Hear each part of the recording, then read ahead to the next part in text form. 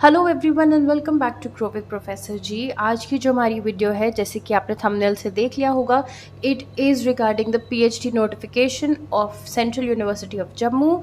और हम इस वीडियो में इनकी नोटिफिकेशन को यहाँ पे साथ में रीड करने वाले हैं और देखने वाले हैं कि अप्लाई कैसे करना है, क्या सीट एलोकेशन है, एट्सेट्रा। तो आइए फटाफट से वीडियो में बढ़ते हैं। Before getting ahead into the video, इस चैनल को सब्सक्राइब कर दो, बेल आइकन को प्रेस कर दो और इस वीडियो को लाइक करो और इसको ज़रूर अपने फ्रेंड्स के साथ शेयर करना जिनको पीएचडी में अप्लाई करना है 2024 अगस्त सेशन में। तो यहाँ पे जब आप वेबसाइट ओपन करोगे सेंट्रल यूनिवर्सिटी ऑफ जम्मू की, तो आपको ये पीएचडी एडमिशन 2024-25 का जो लिंक है वो ऐसे शो होगा। यहाँ पे आपको क्या करना है, पहले तो हम एडमिशन नोटिफिकेशन एक बार साथ में पढ़ लेते हैं। When you click on this, आपकी यहाँ पे नोटिफिकेशन जो है वो ओपन हो जाएगी ऐसे, ठीक है। ये 25 तारीख को रिलीज़ हुई थी। यहाँ पे आपको डेट जो है ना वो बहुत ध्यान से देखनी है। सारे ही पीएचडी जितने भी आपके ब्रोशर्स आते हैं, एडवर्टीजमेंट्स आती है, क्योंकि क्या होता है लास्ट में कहीं कहीं पे आपको जो एंड डेट है वो मेंशन नहीं होगी, लेकिन ये लिखा होगा कि जिस दिन ये नोटिस रिलीज़ हुआ है उसके 14 दिन बाद आपका जो है वो पोर्टल क्लोज हो जाएगा। तो दैट इज़ वाई आपको इस डेट को जो है बहुत केयरफुली पढ़ना है and you have to read it with a lot of attention, तभी तो आप 14 डेज़ यहाँ से कैलकुलेट कर पाओगे, राइट। तो यहाँ पे हम पहले देख लेते हैं कि जो एलिजिबिलिटी क्राइटेरिया है वो आप वही यूजीसी नॉर्म्स के हिसाब से है कि आपके पास या तो 1 ईयर या 2 सेमेस्टर की मास्टर्स डिग्री प्रोग्राम होना चाहिए 4 या 8 सेमेस्टर्स बैचलर के बाद, या आपके पास 2 ईयर 4 सेमेस्टर मास्टर डिग्री होना चाहिए after 3 years bachelor degree programme के बाद। और इसमें बता रखा है कि आपके पास अगर इंजीनियरिंग की कोई डिग्री है बैचलर्स की, तो आपके पास 6.5 CGPA या 60% एग्रीगेट से ज़्यादा होना चाहिए यूजी एंड पीजी लेवल्स के बाद। फिर यहाँ पे हम आ जाते हैं एलिजिबिलिटी एंड स्पेशलाइजेशंस पे। तो आपको यहाँ पे डिपार्टमेंट तो बताया ही गया है, आपको प्रोग्राम बताया गया है, उसके बाद आपको उसके साथ एलिजिबिलिटी और स्पेशलाइजेशन, दैट इज़ कि अगर आप इस डिपार्टमेंट से पीएचडी करोगे तो आप इन टॉपिक्स में स्पेशलाइजेशन कर सकते हो और यही अवेलेबल है। तो मान लीजिए अगर इन 6 टॉपिक्स के अलावा आपको किसी और चीज़ में स्पेशलाइजेशन करनी है और इनके पास वो नहीं है, देन इट मेक्स सेंस आप इस यूनिवर्सिटी में फिर अप्लाई नहीं करें। तो ताकि आपके और यूनिवर्सिटी का जो रिसर्च इंटरेस्ट है वो मैच कर जाए, इसीलिए इन्होंने यहाँ पे पहले से ही स्पेशलाइजेशन जो है वो इसमें मेंशन कर रखा है। तो यहाँ पे आप देख सकते हो कि आपके टोटल में यहाँ तक स्क्रॉल डाउन करेंगे तो हम यहाँ पे आ जाते हैं बायोटेक्नोलॉजी तक, दैट इज़ 22 डिपार्टमेंट्स में जो है आपके यहाँ पे ओपन हैं। और यहाँ पे जो है वो स्पेशलाइजेशंस जो है उस पर बताई गई है यहाँ पे। सो फॉर एग्जांपल अगर आपका इंग्लिश डिपार्टमेंट में है तो आपका जो मास्टर्स डिग्री है वो या तो किसी कंसर्न या अलाइड सब्जेक्ट में होना चाहिए फ्रॉम अ रिकग्नाइज्ड यूनिवर्सिटी।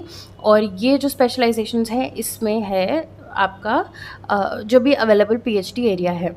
तो मान लीजिए अगर आपका इनमें से कुछ भी एरिया नहीं है और आपका कंप्यूटेशनल लैंग्वेज के ऊपर था आपका इंटरेस्ट, तो और इसमें यहाँ पे कंप्यूटेशनल लैंग्वेज नहीं दे रखी है, तो इसलिए इट मेक्स सेंस कि आप यहाँ पे अप्लाई नहीं करें, क्योंकि आपके एरिया को यहाँ पे जो है वो नहीं पढ़ाया जा रहा, उस पर फोकस और उनका एक्सपर्टीज़ उसमें नहीं है।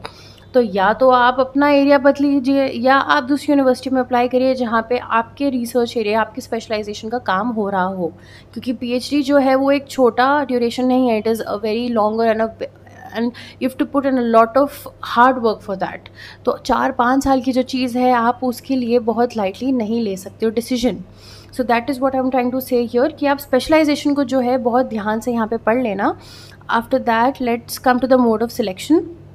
Only those candidates who have qualified JRF NET GATE examination, क्योंकि ये डायरेक्ट जो है वो डायरेक्ट एडमिशन हो रहा है यहाँ पे, तो आपका रिटन एग्जामिनेशन कोई भी यहाँ पे नहीं होने वाला है from the central university of Jammu.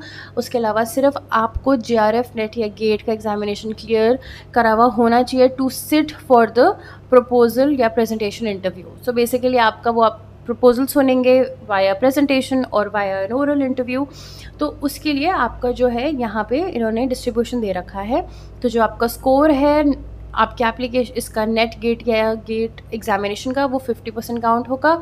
उसके अलावा 50% काउंट होगा जो आप अपना प्रपोजल वहाँ पे शो करोगे, जो इंटरव्यू आपका होगा। तो ये यहाँ पे आपको गाइडलाइंस दे रखी हैं।